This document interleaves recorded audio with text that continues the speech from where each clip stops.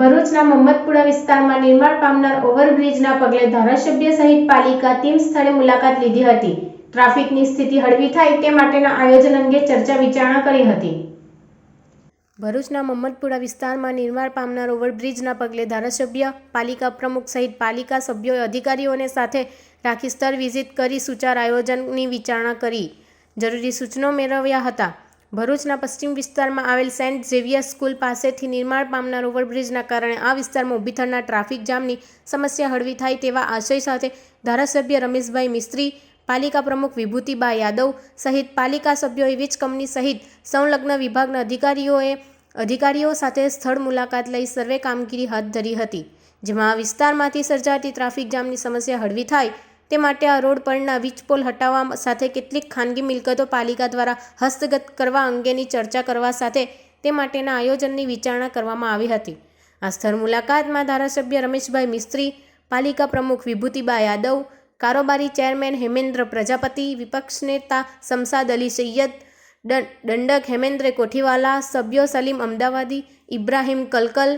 સહિત પાલિકા અને વીજ કંપનીના અધિકારીઓ સહિત અન્ય અગ્રણીઓ જોડાયા હતા. આજે ભરૂચ નગરપાલિકાની ટીમ, જીઈબીની ટીમ અને સ્થાનિક નગરસેવકો આ વિસ્તારના આ બધા સાથે મળીને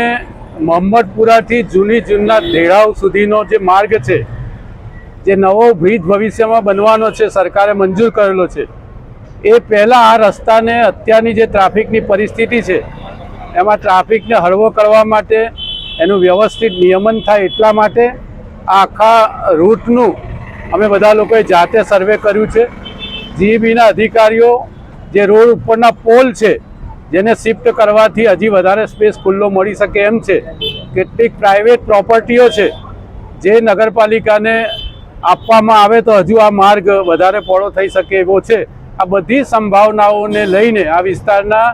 આગેવાનો, નગરપાલિકાના સભ્યો આ બધાને સાથે રાખીને નિરીક્ષણ કર્યું છે. બહુ ઝડપથી થોડા જ દિવસોમાં આ માર્ગને અમે પહોળો કરીશું, જેના કારણે આ વિસ્તારના લોકોને વધારે સગવડ થાય અને ટ્રાફિકનો જે પ્રશ્ન છે ભરૂચમાં એ આ વિસ્તારમાં આપણે હળવો કરવામાં સફળ થઈએ.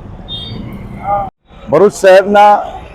એબીસી સર્કલથી લઈને સવર્ણ ચોકડી અને બાયપાસ વિસ્તારમાં બ્રિજની કામગીરી ચાલુ છે, ત્યારે ભરૂચ શહેરના અંદર ટ્રાફિકની સમસ્યામાં વધારો થયો છે. તમામ ટ્રાફિક ભરૂચના બંબાખાનાથી મમ્મદપુરા અને ઢાલ વિસ્તારના અંદર ટ્રાફિક ડાયવર્ટ થઈ રહ્યો છે, ત્યારે લોકોનો પ્રશ્ન હતો કે આ ટ્રાફિકની સમસ્યા દૂર થાય. ત્યારે આજે ભરૂચના ધારાસભ્ય શ્રી, નગરપાલિકાના ચીફ ઓફિસર, પ્રમુખ, કારોબારી ચેરમેન સહિત અમારા વિપક્ષના સભ્યો દ્વારા આ વિસ્તારની મુલાકાત કરેલ હતી અને જે ટ્રાફિકની સમસ્યા અહીંયા દિવસે દિવસે વધતી જઈ રહી છે, ત્યારે આને કઈ રીતે દૂર કરી શકાય ટ્રાફિકની સમસ્યા તેની માટેની આજે વિચારણા થઈ છે. અને જે